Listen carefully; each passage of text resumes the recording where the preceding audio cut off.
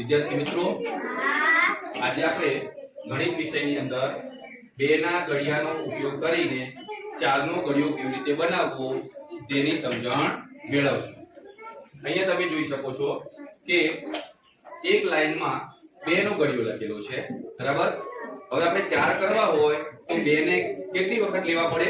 2 વખત। કેટલી વખત લેવા પડે? 2 વખત। તો અહીંયા આપણે 2 નો ઘડિયો એક વાર, 2 નો ઘડિયો 2 વાર। હવે જુઓ, 2 કા 2 દુ 2 તરી 2 ચોક 2 પંચા 2 છંગ 2 સત્તા 2 અઠ્ઠું 2 નવ 2 દાન।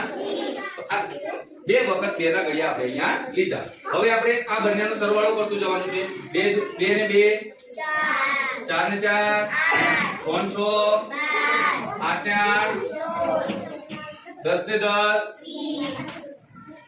હવે 12 ને 12 આવી રીતે પણ કરી શકાય। 2 ને 2 અને 1 ને 1 4 ને 4 1 ને 1 6 ને 6 12 નો બગડો વધી 1 1 1 1 અહીંયા 3 8 દુ 16 નો છગડો વધી 1 1 1 1 અહીંયા 3 ચલો 0 0 0 2 2 ઓકે। હવે તમે અહીંયા નીચેની લાઈનમાં જોશો તો અહીંયા જે જવાબ આવ્યો, આ બે સંખ્યાનો સરવાળો કરતા નીચે જે જવાબ આવ્યો એ 4 નો ઘડિયો બને છે। જો 4 એકુ 4 દુ 4 તરી 6 ચોકુ 4 પંચુ 4 છંગ 4 સત્તુ 4 અઠ્ઠું 4 નવ 4 દાન।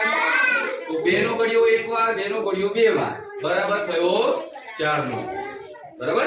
હવે આવી રીતે આપણે 3 નો ઘડિયો પણ લઈ શકાય।